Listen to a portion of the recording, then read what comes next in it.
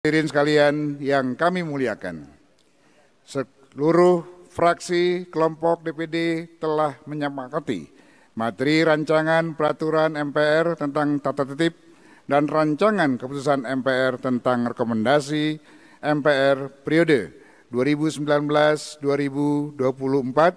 dengan suatu penekanan menugaskan kembali Badan Pengkajian MPR untuk melakukan sinkronisasi dan harmonisasi atas rancangan tata tertib dan rekomendasi yang telah kita sepakati.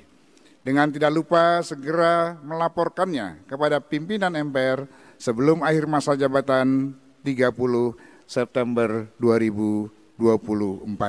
Apakah dapat disetujui?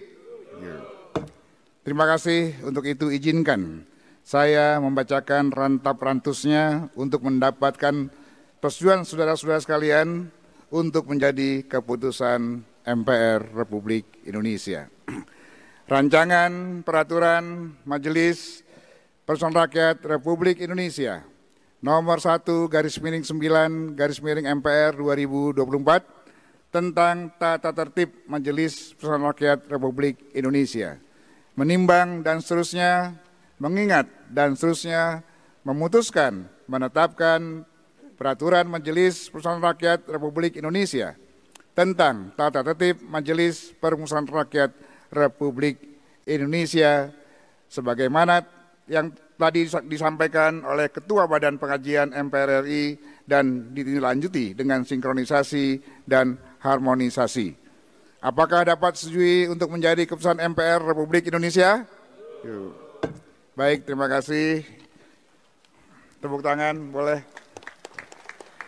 Selanjutnya adalah rancangan keputusan Majelis Permusyawaratan Rakyat Republik Indonesia nomor 3/9 Romawi /MPR RI /2024 tentang rekomendasi MPR Republik Indonesia masa jabatan 2019-2024. Menimbang, mengingat, memperhatikan, memutuskan, menetapkan keputusan Majelis Permusyawaratan Rakyat Republik Indonesia tentang rekomendasi Majelis Permusyawaratan Rakyat Republik Indonesia masa jabatan 2029-2024 sebagaimana disampaikan oleh Ketua Badan Pengkajian MPR tadi. Apakah dapat disetujui menjadi keputusan MPR Republik Indonesia? Alhamdulillah. Sidang majelis, hadirin sekalian yang kami muliakan.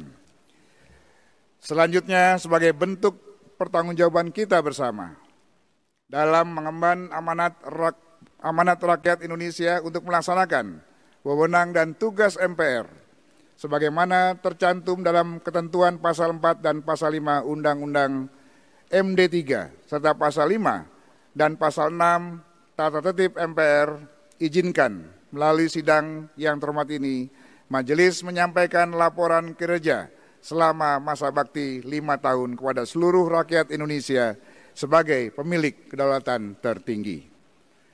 Kita semua menyadari bahwa Indonesia, negeri yang kita cintai ini, dibangun di atas pondasi yang kokoh, yaitu Pancasila, Undang-Undang Dasar 1945, Negara Kesatuan Republik Indonesia, dan Bhinneka Tunggal Ika. Pancasila adalah jiwa dan pandangan hidup kita. Ia mengajarkan kita untuk menghargai perbedaan, menjunjung tinggi nilai-nilai kemanusiaan, dan hidup dalam harmoni. Di tengah keragaman suku, agama, dan budaya, Pancasila telah menjadi pemersatu yang tak tergantikan. Marilah kita terus menghidupkan nilai-nilai Pancasila dalam setiap tindakan dan keputusan kita. Undang-Undang Dasar Negara Republik Indonesia 1945 adalah konstitusi yang menjadi pedoman kita dalam berbangsa dan bernegara. Dalam setiap perubahan dan tantangan yang kita hadapi, kita harus merujuk kembali kepada prinsip-prinsip yang tertuang di dalamnya, dengan memahami dan menghormati Undang-Undang Dasar 1945 dan kita menjaga martabat dan kedaulatan bangsa. NKRI atau Negara Kesatuan Republik Indonesia adalah rumah bagi kita semua. Dalam bingkai NKRI kita menemukan kekuatan dalam keberagaman. Kita adalah satu bangsa yang memiliki tanggung jawab untuk saling mendukung dan menjaga keutuhan. Mari kita jaga persatuan ini dengan semangat gotong royong, saling menghargai dan memahami satu sama lain. Sekali lagi, saling memahami satu sama lain. Bhinneka Tunggal Ika adalah semboyan yang mencerminkan semangat persatuan di tengah perbedaan. Kita harus ingat bahwa keberagaman adalah kekuatan, bukan penghalang. Mari kita perkuat silaturahmi dan dialog antar budaya agar ikatan soliditas kebangsaan kita semakin erat. Untuk itu, silaturahmi kebangsaan terus digaungkan oleh pimpinan MPR dalam rangka merajut kembali keindonesiaan kita. Pimpinan MPR telah berdialog langsung dengan tokoh-tokoh bangsa, di antaranya para presiden dan wakil presiden yang pernah menjabat pada setiap masa baktinya, para pimpinan partai politik, para tokoh agama, serta berbagai entitas dan elemen kebangsaan lainnya untuk mendiskusikan lebih lanjut titik solutif bagi kehidupan ketatanegaraan Indonesia ke depan. Pokok-pokok pikiran dari para tokoh bangsa tersebut kami susun sebagai dokumen kearifan bangsa untuk kami teruskan kepada pemerintahan yang baru sebagai bahan masukan. MPR masa jabatan 2019-2024 juga berinisiatif untuk secara aktif menjadi salah satu aktor diplomasi guna mewujudkan salah satu cita-cita kebangsaan kita, yaitu ikut melaksanakan ketertiban dunia berdasarkan kemerdekaan, perdamaian abadi, dan keadilan sosial melalui Forum Internasional Majelis Syuro atau MPR Sedunia yang disanakan di Bandung pada 24 hingga 26 September 2022 yang lalu.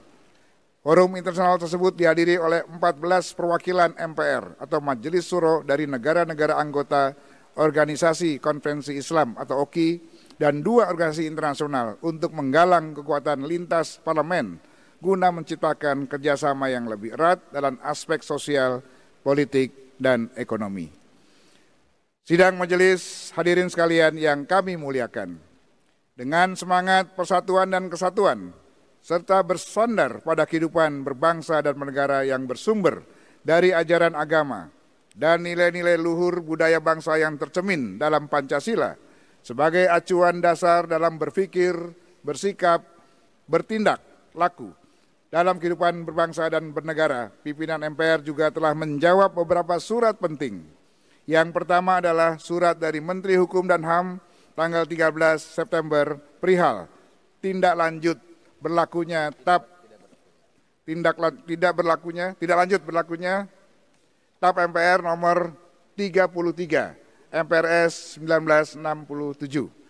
Berdasarkan kesepakatan pada rapat pimpinan MPR tanggal 23 Agustus 2024, pimpinan MPR telah menegaskan bahwa sesuai pasal 6 TAP nomor 1 MPR /2003 tentang peninjauan materi dan status hukum seluruh TAP MPRS dan TAP MPR mulai tahun 1960 hingga 2002, TAP MPRS nomor 33 MPRS 1967 telah dinyatakan tidak berlaku lagi dan tuduhan terhadap Bung Karno telah digugurkan demi hukum oleh keputusan Presiden nomor 83/TK 2012 tentang gelar pahlawan nasional kepada Bung Karno. Hal itu sesuai dengan ketentuan pasal 25 huruf E Undang-Undang nomor 20 tahun 2009 tentang gelar, tanda jasa, dan tanda kehormatan. Kemudian yang kedua adalah surat dari fraksi Partai Golkar tanggal 18 September 2024 perihal kedudukan pasal 4 TAP MPR nomor 11/MPR 1998. Berdasarkan putusan rapat gabungan pimpinan MPR dengan pimpinan fraksi dan kelompok DPD tanggal 23 September yang lalu, pimpinan MPR sepakat untuk menjawab surat tersebut sesuai dengan etika dan peraturan perundang-undangan yang berlaku, di mana status hukum TAP MPR nomor 11/1998 tersebut dinyatakan masih berlaku oleh TAP MPR nomor 1/R 2003. Namun terkait dengan penyebutan nama mantan Presiden Soeharto dalam TAP MPR nomor 11/MPR 1998 tersebut secara diri pribadi sekali lagi, secara diri pribadi Bapak Soeharto dinyatakan telah selesai dilaksanakan karena yang bersangkutan telah meninggal dunia. Kemudian surat dari fraksi Partai Kebangkitan Bangsa, perihal kedudukan ketetapan MPR nomor 2/MPR 2001 tentang pertanggungjawaban Presiden Kiai Haji Abdurrahman Wahid. Berdasarkan kesepakatan rapat gabungan MPR dengan pimpinan fraksi kelompok DPD pada tanggal 23 September yang lalu, pimpinan MPR menegaskan ketetapan MPR nomor 2/MPR 2001 tentang pertanggungjawaban Presiden Republik Indonesia Kiai Haji Abdurrahman Wahid saat ini kedudukan hukumnya tidak berlaku lagi. Sebagaimana dinyatakan oleh ketetapan MPR nomor 1/MPR 2003 tentang peninjauan terhadap materi dan status hukum tetapkan MPRS dan MPR RI tahun 1960 sampai dengan tahun 2002. Saudara-saudara sekalian, majelis MPR yang saya hormati, seluruh hal di atas dilaksanakan oleh pimpinan MPR sebagai bagian dari penyadaran kita bersama untuk mewujudkan rekonsiliasi nasional. MPR adalah rumah kebangsaan kita bersama. MPR adalah penjelmaan seluruh rakyat Indonesia. MPR adalah aktualisasi dari permusyawaratan perwakilan seluruh rakyat Indonesia. Sudah sepantasnya dalam rangka itu MPR merajut persatuan bangsa. Layaknya benang yang mengikat kain berbagai warna, MPR menganyam harapan dan cita-cita bangsa dalam satu harmoni. Selaras dengan pemikiran tersebut, dalam semangat persatuan dan kesatuan, serta bersandar pada kehidupan berbangsa dan bernegara yang bersumber dari ajaran agama dan nilai-nilai luhur budaya bangsa yang tercermin dalam Pancasila sebagai acuan dasar dalam berpikir, bersikap, dan bertingkah laku dalam kehidupan berbangsa, pimpinan MPR juga mendorong agar jasa dan pengabdian dari para mantan presiden seperti Presiden Soekarno, mantan Presiden Soeharto, dan mantan Presiden Abdurrahman Wahid dapat diberikan penghargaan yang layak sesuai dengan peraturan perundang-undangan. Kedepan tantangan kebangsaan yang kita hadapi akan semakin berat. Oleh karenanya kita harus selalu bergandengan tangan untuk Indonesia yang lebih kuat, Indonesia yang lebih hebat. Kita sudah mencanangkan program Indonesia Emas 2045. Pemerintah baru pun telah merencanakan program-program unggulan dan progresif dalam kerangka mewujudkan Indonesia maju yang berporos pada peningkatan kualitas sumber daya manusia unggul. Sidang majelis, hadirin sekalian yang kami muliakan, untuk mensyukuri segala nikmat yang diberikan Tuhan Yang Maha Esa kepada kita semua, serta untuk memberikan kekuatan bagi kita untuk melangkah ke depan, mari sejenak kita berdoa bersama sebelum kita akhiri sidang ini. Download Tribun X sekarang, menghadirkan lokal menjadi Indonesia.